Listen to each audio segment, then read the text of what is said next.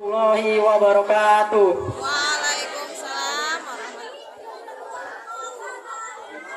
Alhamdulillah, alhamdulillahirabbil alamin.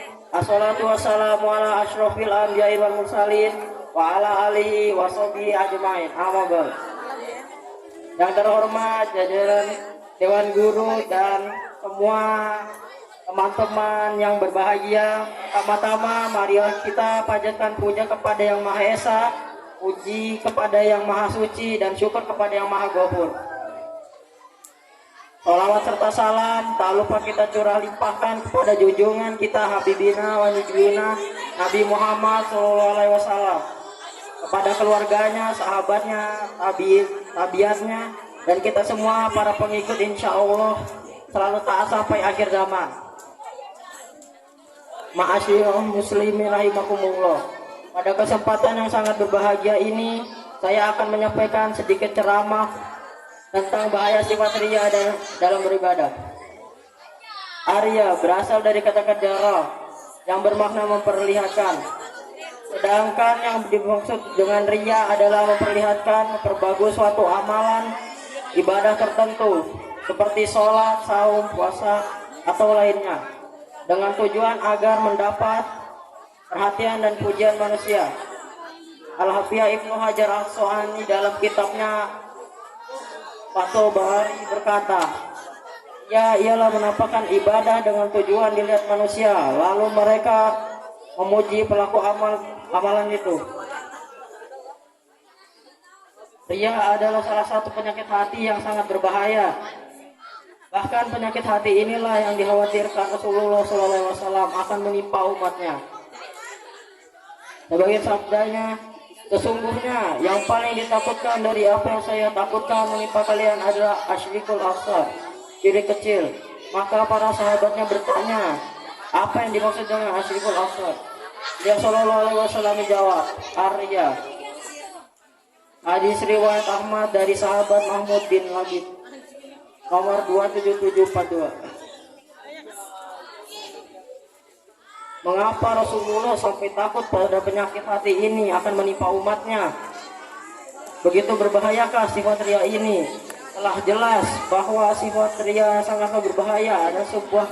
Ada sebuah kisah yang menceritakan tentang bahaya sifat riya ini. Dari Abu Hurairah bahwa telah berkata seorang penduduk Syam yang bernama Nafil padanya, wahai Syekh, ceritakan kepada kami suatu hadis yang kau dengar dari Rasulullah SAW. Abu Hurairah menjawab, baiklah, aku telah mendengar Rasulullah SAW bersabda, sesungguhnya orang yang pertama kali didatangkan pada hari kiamat adalah seorang laki-laki yang mati syahid, dan dia diberitahukan berbagai kenikmatan sehingga ia pun mengetahuinya. Kemudian orang itu bertanya, apa yang telah engkau lakukan di dunia? Orang itu menjawab, aku telah berperang di jalanmu sehingga aku mati syahid. Dikatakan kepadanya, engkau berbohong, sesungguhnya engkau berperang agar engkau dikatakan seorang pemberani, dan gelar itu pun sudah engkau dapatkan. Kemudian Allah memerintahkan agar wajah orang itu diseret dan dilemparkan ke neraka.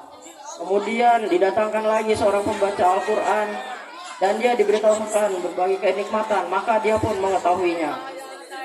Dikatakan kepadanya, apa yang engkau lakukan di dunia ini? Orang itu menjawab, aku telah mempelajari ilmu dan mengajarinya, dan aku membaca Al-Quran karena engkau. Maka dikatakan kepadanya, engkau berbohong, sesungguhnya engkau mempelajari ilmu agar engkau dikatakan seorang yang alim, dan engkau membaca Al-Quran agar engkau dikatakan seorang pembaca Al-Quran, dan engkau telah mendapatkan gelar itu. Kemudian Allah memerintahkan agar wajahnya diseret dan dilemparkan ke neraka. Kemudian didatangkan lagi seorang yang Allah berikan kepadanya kelapangan harta, dan ia menginfakkan seluruh harta itu, dan dia diberitahukan berbagai kenikmatan, maka dia pun mengetahuinya. Dikatakan kepadanya, apa yang kau lakukan di dunia ini? Orang itu menjawab, aku tidak meninggalkan satu jalan pun yang kau sukai untuk berinfak di dalamnya, kecuali aku telah menginfakkan di dalam karena engkau. Maka dikatakan kepadanya, engkau berbohong, sesungguhnya engkau melakukan hal itu agar engkau disebut sebagai seorang dermawan, dan engkau telah mendapatkan gelar itu.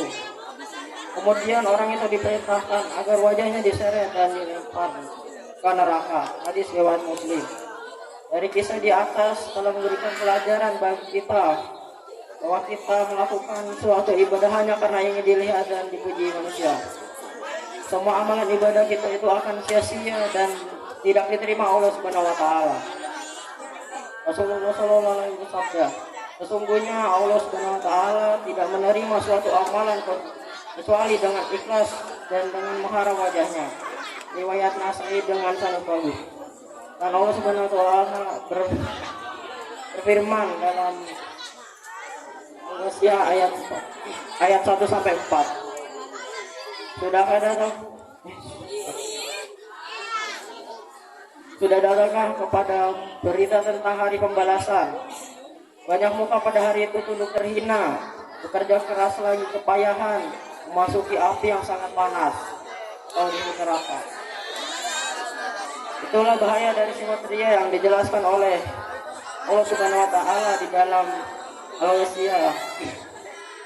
Allah menjelaskan bahwa betapa banyak orang ketika di dunia telah melakukan banyak amal ibadah, akan tetapi di akhirat mereka mendapatkan balasan api neraka karena mereka melakukan suatu ibadah bukan karena Allah Subhanahu wa taala, akan tetapi hanya ingin dipuji oleh manusia. Oleh karena itu, marilah kita membersihkan hati dengan memperbanyak istighfar. Dan ketika kita melakukan suatu amalan ibadah, janganlah berniat untuk dipuji oleh manusia, karena semua itu akan menghapus pahala dari amalan ibadah yang kita kerjakan. Jadi bisa disimpulkan bahwa sifat ria adalah penyakit hati yang paling berbahaya dan dibenci oleh Allah. Bahkan kalaupun kita mengajarkan semua amalan ibadah, tapi hanya karena ria itu tidak akan ada nilainya yang di hadapan Allah dan hanya berdosa.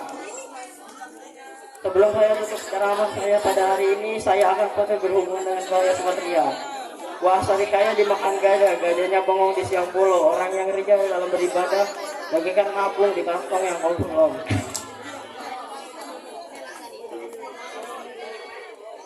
Wassalamualaikum warahmatullahi wabarakatuh.